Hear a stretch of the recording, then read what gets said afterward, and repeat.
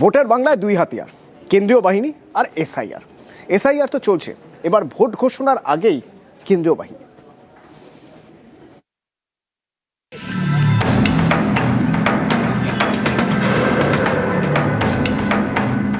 Vote ঘোষণার আগে কেন্দ্রীয় বাহিনী পাঠাচ্ছে, এটা দিল্লির জমিদারদের লেটেল বাহিনী। কেন্দ্রীয় বাহিনী আনিয়ে গন্ডগোল করতে, প্ররোচনা দিতে।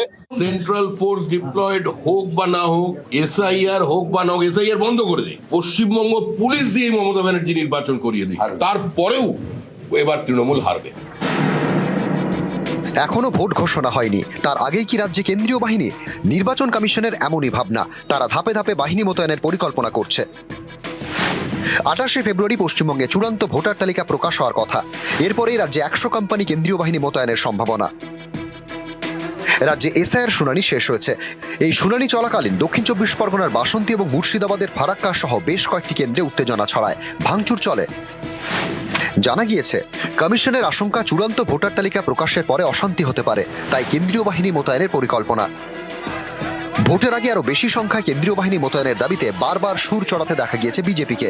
এবার তো বুথের ভিতরেও বাহিনী চান দিলীপ ঘোষ। বারবার ডিমান্ড করেছি যে বুথের মধ্যে যাতে সেন্ট্রাল ফোর্স থাকে। তো যদি এটা হয় তাহলে পশ্চিমবাংলার মানুষ যারা ভয়ে ভোট দিতে যান না তারাও দিতে যাবেন, ভোটের পার্সেন্টেজ বাড়বে এবং লোকে নির্ভয়ে ভোট দিতে পারবে। তাহলে টিএমসির পক্ষে টেকা মুশকিল আছে। নতুন বছর পড়তে না পড়তেই কেন্দ্রীয় বাহিনী নিয়োগের দাবিতে সুর চড়ান বিজেপির আরেক নেতা সুকান্ত মজুমদার। গণতন্ত্রকে হত্যাকারী প্রয়াস ভারতীয় জনতা পার্টি মেনে নেবে না। প্রয়োজনে যদি এখন থেকে কেন্দ্রীয় বাহিনী নামাতে হয়, এখন থেকে কেন্দ্রীয় বাহিনী নামাতে হবে। বিজেপি রাজ্য সভাপতি তো এক ধাপ এগিয়ে আদালতে, হাইকোর্টে তিনি আবেদন জানান। পশ্চিমবঙ্গে যে 83,000 বুথ রয়েছে তার প্রতিটি 100% নিরাপত্তা সুনিশ্চিত করতে হবে। ভোটের আগে বুথগুলি নিরাপত্তা নিয়ে সমীক্ষা করতে হবে, সেই সমীক্ষা রিপোর্ট খতিয়ে দেখে নিরাপত্তার ব্যবস্থা করতে হবে। এসব দেখে অনেকেই মনে করেন বিজেপির বড় ভরসা কেন্দ্রীয় বাহিনী। সেই বাহিনী কি এবার ভোট ঘোষণার আগেই এ রাজ্যে মোতায়েন করা হবে?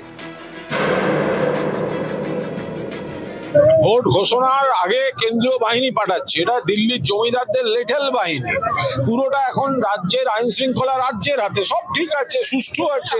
সেখানে যারা চেষ্টা করছে কেন্দ্রীয় বাহিনী আনিয়ে গন্ডগোল করতে, প্ররোচনা দিতে, বাংলার মানুষ ভরপুর জবাব দিয়ে দেবে। সেন্ট্রাল ফোর্স ডিপ্লয়েড হোক বা না হোক, এসআইআর হোক বা না হোক, এসআইআর বন্ধ করে দিই। ইডি সিবিআই এর অফিসে তালা লাগিয়ে দিই, ইনকাম ট্যাক্স জিএসটি কে নোটিশ পাঠাতে বারণ করে দিই, পশ্চিমবঙ্গ পুলিশ দিয়ে মমতা ব্যানার্জি নির্বাচন করিয়ে দিই, তারপরেও এবার তৃণমূল হারবে। 2024-এর লোকসভা ভোটে এ রাজ্যে সর্বাধিক কেন্দ্রীয় বাহিনী মোতায়েন করা হয়েছিল। 1100 কোম্পানিরও বেশি কেন্দ্রীয় বাহিনী মোতায়েন করা হয়েছিল এ রাজ্যের জন্য। আর এবারের বিধানসভা ভোটে তার থেকেও বেশি বাহিনী মোতায়েন করা হচ্ছে। চর্চার বিষয়, ভোটের আগেই এ রাজ্যে কেন্দ্রীয় বাহিনী মোতায়েন করা হতে পারে রাজ্যের আইন শৃঙ্খলাকে মাথায় রেখে। ক্যামেরায় সুমন বোসের সঙ্গে সোমরাজ বন্দ্যোপাধ্যায়, নিউজ 18 বাংলা, কলকাতা।